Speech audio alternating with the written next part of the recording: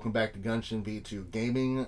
Today I will be doing a small overview of Kong Skull Island, which I just watched.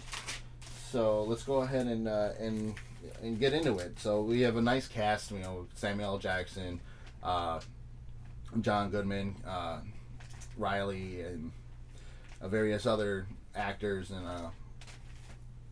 so it's set in 1973. So of course it's going to have that cliched Vietnam era music, which every song that has ever been played in a Vietnam era music movie is going to be the same, and it is the same, Ozzy and whatnot. So now the plot for the movie is an original plot, which I love. It's an original plot. It's not a rehash of a rehash of a rehash.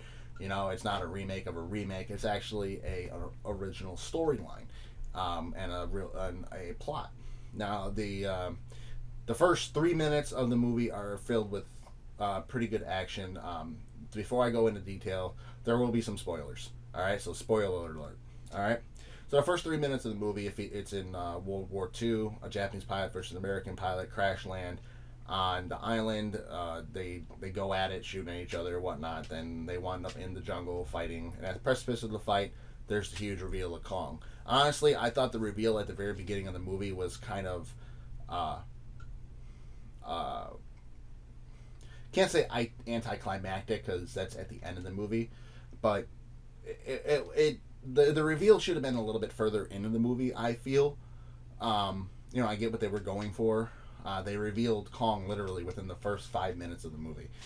Kong is revealed, and his size in relation to these two these two pilots fighting. Now, the surface goal of the mission that gets approved in 1973 is for a geological survey and mapping of this new island that was just discovered via satellite. But also that they wanted to do it before the Russians did. So there was an Easter egg that I noticed. It's Samuel L. Jackson. When they get approved, they get their crew together and they're waiting outside this island. There's a big storm it's a perpetual storm, so it's always happening. They're sitting outside, and when they load up in the helicopters, they're sitting there, and he goes, "Hold on to your butts," which is a direct reference to his role in Jurassic Park when he's smoking a cigarette at the computer and goes, "Hold on to your butts," and then he shuts down the power. So from there, it's like a full military invasion. There's like 12 or 14 helicopters that go into this storm, into this island, just for like a geological survey. They don't really need all those people. But whatever. It is what it is. CGI. The CGI for Kong is fantastic. He looks almost exactly the same as the one from Jack Black's movie, from King Kong. But the CGI on the smaller animals, like the deer and whatnot, is really bad. There's the contrast to the background to even each other is so bad you can tell that they're obviously fake. I get it, but if you're gonna spend that much time on CGIing Kong to make him look fantastic, it's the devil's in the details. These smaller creatures that are CGI should also be taken care of to where you're not gonna look at it and tell, "Oh wow, that's fucking bad." Because it's bad. It is really, really bad, the CGI on these other animals, especially right at the beginning of the movie. These smaller animals, some of the bigger animals are well done, but you can still tell that they are pretty much CGI and out of contrast with the other characters. And I get it, there's other movies that do it fantastically to where you can tell that they're CGI, but they look realistic enough for you not to care. And in this movie, you can tell that they're more fantasized and they're just bad. All right, the CGI on the other animals besides Kong it's pretty bad. The rest of the CGI with the forests and stuff like that and whatever, it's pretty good. They've been doing it for long enough; they should be pretty good at this. There's an encounter with Kong within the first 20 something minutes of the movie, which kind of escalates the plot. Like I said, I'm not going to get into too much of this. there's a of course, the survivors are left and they're scattered. They gotta find each other. They gotta regroup and they gotta get out. You know, that type of plot, for them, the subplot or whatever. I don't know what you would classify it as, um, to the movie. And there's brief moments of comedy and levity in it after severe situations, but the comedy kind of falls loose. I didn't laugh at anything in the movie, really. I mean, I had a smirk, about some stuff, maybe a light chuckle, but there was no, like, I wasn't laughing. It's a more serious movie, but their attempts at comedy and that levity after serious situations with some people in war or in after bad situations happen to them can have that moment of levity. They can try to lighten the situation, but it failed. It failed miserably. Um, from my point of view. Some people laughed, but for me, I mean, it failed.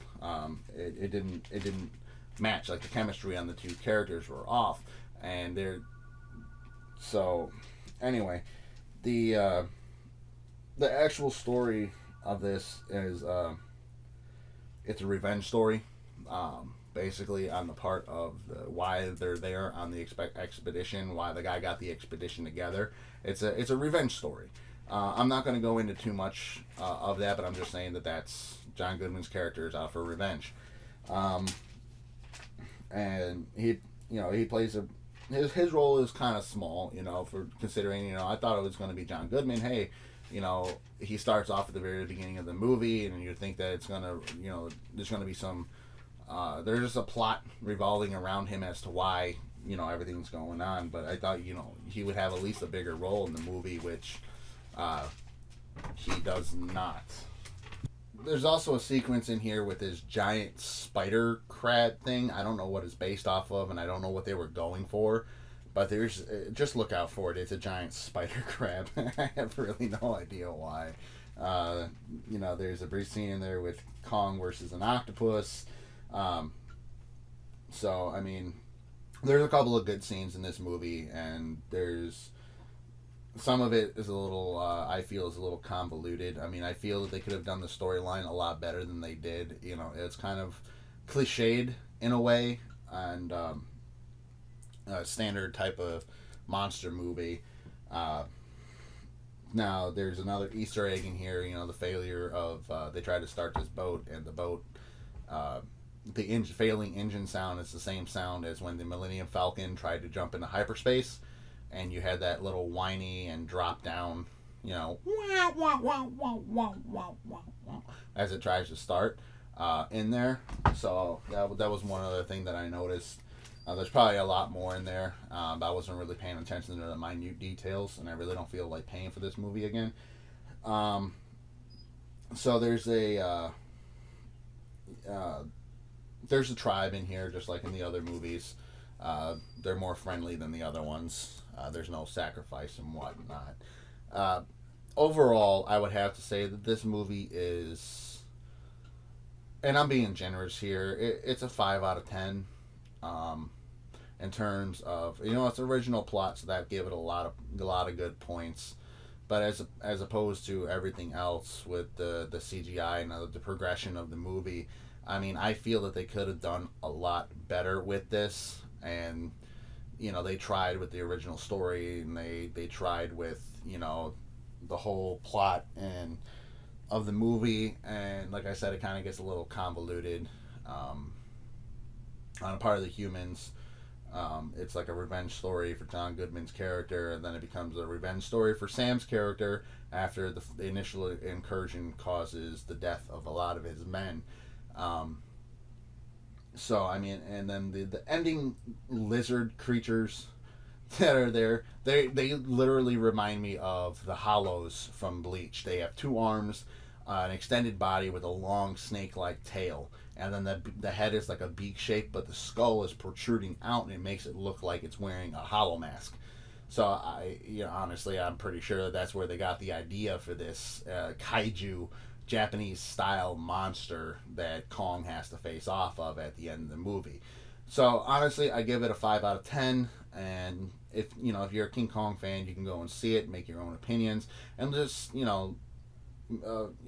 if you want to go see the movie.